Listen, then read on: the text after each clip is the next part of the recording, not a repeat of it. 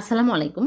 আজকে আমি গাজর আর দুধ দিয়ে ভীষণ সুস্বাদু করে বরফি বানিয়ে দেখাবো। প্রথমে এখানে ২ টা গাজর নিয়েছি, গ্রেটার দিয়ে গ্রেট করে নিচ্ছি। তারপর চুলায় প্যান বসিয়ে দিয়ে দিচ্ছি ঘি ২ টেবিল চামচ। ঘি দিয়ে ঘি যখন মেল্ট হয়ে যাবে তখন দিয়ে দিচ্ছি গাজর দিয়ে কিছুক্ষণ নেড়েচেড়ে ভেজে নেব।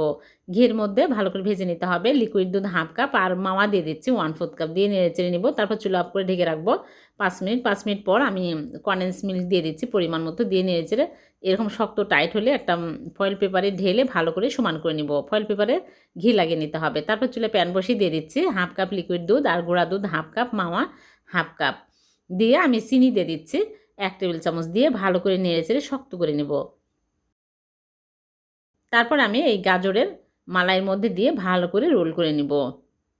এরকম করে রোল করে নিতে হবে। তারপর আমি নরম ফ্রিজে রেখে দেবো। ঠান্ডা হওয়ার পর বের করে নিয়ে আসলাম।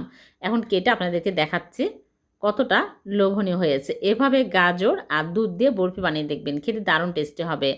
আরও টেস্টি করার জন্য আমি গুঁড়া দুধের মধ্যে কোট করে নিলাম। হয়ে গেল ভীষণ সুস্বাদু গাজরের বরফি। ভালো লাগলে লাইক, কমেন্ট, শেয়ার করুন। আল্লাহ হাফেজ।